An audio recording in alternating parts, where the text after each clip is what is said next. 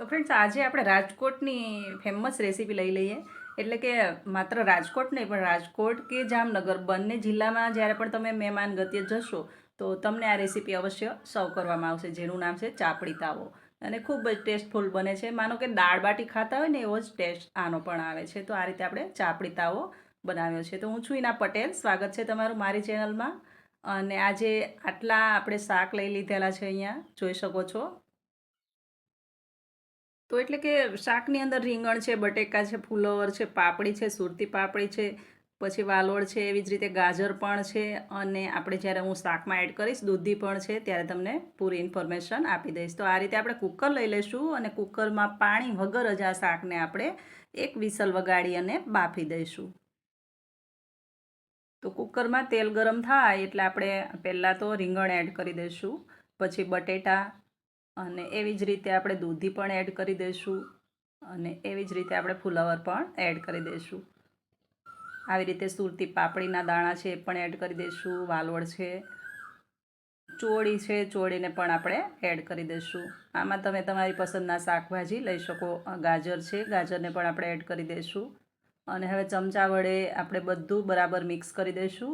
અને આ શાકમાં આપણે પાણી બિલકુલ એડ નથી કરવાનું, જેથી કરીને આપણે થોડું તેલ જોશે. તો પહેલાં તેલ ગરમ કરી લેવાનું છે. એક ચમચા તેલની અંદર બધું શાકભાજી બરાબર મિક્સ થાય એટલે ઉપરથી ઢાંકણ ઢાંકી અને ફૂલ ફ્લેમ પર આને એક વિસલ આવવા દેવાની છે. ત્યાર પછી અહીંયા ગાંઠિયા લીધેલા છે અને થોડું એવું આપણે ઘરનું જે મરચું આવે મરચું એડ કર્યું છે, ધાણા જીરું એડ કર્યું છે અને નમક. હવે આને બરાબર આપણે ફાઇન પાવડર બનાવી લઈશું. તો એક વિસલ થવા દેવાની છે. એક વિસલ થાય ત્યાર પછી કુકર બંધ કરી દેવાનું છે ને એને ખોલવાનું બિલકુલ નથી, જ્યાં સુધી પ્રેશર નીકળી જાય ત્યાર પછી ખોલવાનું છે. હવે જે ગાંઠિયાનો મસાલો બનાવ્યો એ મસાલો આ રીતે આપણો તૈયાર થઈ જશે. અને હવે લઈ લઈશું આપણે મેથી. તો મેથી જો તમારી પાસે મોટી હોય તો મોટી પણ લઈ શકો. મેં આ રીતની થોડી નાની લીધેલી છે. ઘરની મેથી છે એટલે થોડી નાની હતી તો એ યુઝ કરેલી છે. તમારી પાસે જો મોટી મેથી આવે એ હોય તો પણ ચાલે. હવે આ રીતે આ મેથીની અંદર આ જે મસાલો આપણે બનાવ્યો એ બધો જ મસાલો આની અંદર આપણે મિક્સ કરી દઈશું. આશરે લગભગ મોટી ચમચી ભરીને 3 ચમચી મસાલો આ બન્યો છે. અને હા, આ જગ્યાએ જો ગાંઠિયા ના હોય તો તમે બેસન પણ લઈ શકો. ગાંઠિયા હતા એટલે આપણે મિક્સરની અંદર બધું પીસ્યું છે. જો ગાંઠિયા ના હોય અને બેસન હોય તો પીસવાની કોઈ જરૂર નથી. એમ જ તમે આ રીતે મેથીની અંદર બેસન છે, મરચું છે, ધાણા જીરું છે, નમક છે, બધું એડ કરી અને થોડું એવું 2 ચમચી પાણી એડ કરી બાઇન્ડિંગ માટે અને આ રીતે બધું ભેગું કરી દેવાનું છે. અને ત્યાર પછી આના આપણે એકદમ સરસ બોલ બનાવી દઈશું. મતલબ કે જે મેથીના આપણે ઊંધિયાની અંદર મુઠિયા બનાવીએ એ જ રીતે આ મુઠિયા પણ આપણે બનાવી દઈશું. જોઈ શકો છો આ રીતે આ મુઠિયા બધા આપણે તૈયાર કરી લઈશું. અને જે રીતે મુઠિયા તૈયાર છે ત્યાર પછી આપણે તેલ પણ બીજી બાજુ ગરમ મૂકી દઈશું અને આ મુઠિયાને આપણે હળવા ફ્લેમ પર આને ફ્રાય કરી લઈશું.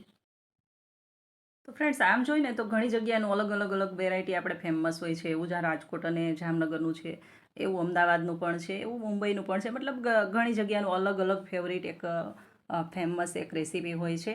એવી છે આ શાક ચાબડી. અને એકદમ ટેસ્ટફુલ છે. આ થોડું ઊંધિયાનો પણ ટેસ્ટ આવે છે, દાળ બાટીનો પણ ટેસ્ટ આવે છે. એટલે સુપર ટેસ્ટી કહી શકાય એવી આ રેસીપી છે. જરૂરથી ટ્રાય કરજો. ગમે તો શેર કરી દેજો. અને ચેનલ પર જો નવા આવ્યા હોય તો સબસ્ક્રાઈબ પણ કરી લેજો. હવે આને એક વિસલ વગાડીને આપણે બધું શાક જો બરાબર બફાઈ ગયું છે અને આમાં આપણે પાણી બિલકુલ એડ કર્યું નથી. હા, ખુલ્લું પણ તમે શાકને આ જ રીતે પણ એમાં પાણી એડ કરવું પડશે અને 10 થી 15 મિનિટ ખુલ્લું શાક બનાવશો તો વાર લાગશે. ને આ ઇવનલી ફટાફટ બની જતું આ શાક છે, એટલે મતલબ બફાઈ જશે. જો આ દાણો છે એકદમ જ સરસ બફાઈ ગયો છે. હવે આ શાકને આપણે ગ્રેવી જ્યારે બનાવીએ ત્યારે એમાં એડ કરી દઈશું. તો આપણે 3 નંગ ટામેટાની ગ્રેવી બનાવી લઈશું, મતલબ પીસીને એકદમ ફાઇન પેસ્ટ બનાવી લઈશું. એવી જ રીતે 3 નંગ આપણે ઓનિયન પણ લીધેલા છે, એને પણ ફાઇન પેસ્ટ બનાવી લઈશું. પછી આપણે આમાં થોડું વધારે તેલ પડશે, જેથી કરીને 3 ચમચા મેં તેલ મૂકેલું છે. આ રીતના થોડા સૂકા મસાલા છે એ પણ એડ કરી દઈશું.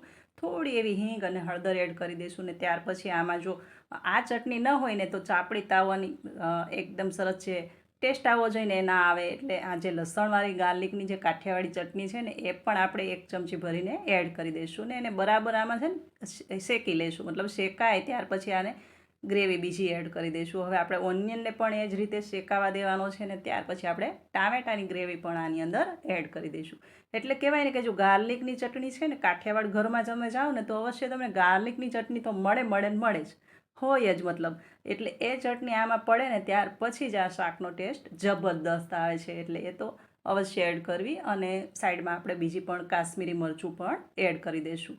હવે આ રીતે આપણે ટામેટાની ગ્રેવી પણ એડ કરી દઈશું.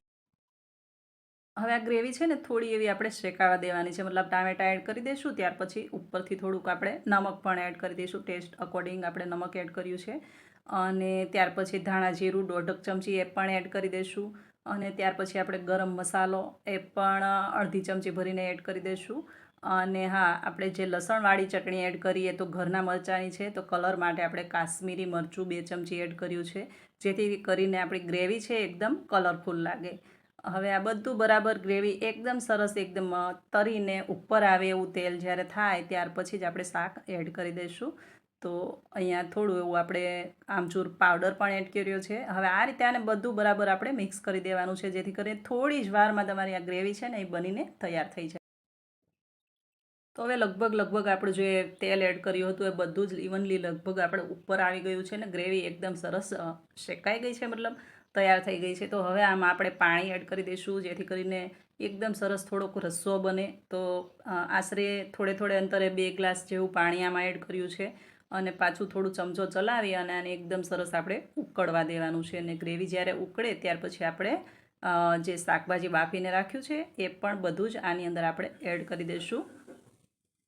જો આ રીતે તમે કુકરમાં બનાવશો ને તો બિલકુલ વાર નહીં લાગે. અને ખુલ્લામાં તમે જો આ બધું શાક ચડવા દેશો તો લગભગ ઇવનલી 10થી 12 મિનિટ તો આરામથી તમારે નીકળી જશે. એટલે એના કરતાં હું તો કહું છું કે આ રીતે કુકરમાં પાણી વગર જ તમે ફટાફટ શાક બફાઈ પણ જશે અને એકદમ સરસ આસાનીથી બની પણ જશે. તો આ રીતે ઢાંકીને પાછું 5થી 10 મિનિટ આપણે આને ઉકળવા દેવાનું છે. ગ્રેવી બરાબર ઉકળે અને પૂરી તૈયાર થાય ત્યારે આપણી આ ગ્રેવી તૈયાર છે. હવે આમાં ઉપરથી આપણે ગાર્નિશ માટે લીલા ફ્રેશ ધાણા એડ કરી દઈશું.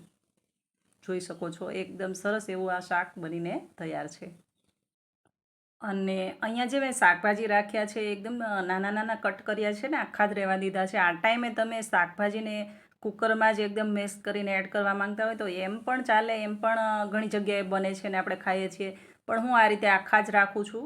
બાય ચોઈસ તમારી, તમને ગમે એ રીતે તમે બનાવી શકો. તો હવે આપણે આ ગ્રેવી ઓલમોસ્ટ તૈયાર છે ને ત્યાર પછી જ આપણે મુઠિયા આની અંદર એડ કરી દઈશું.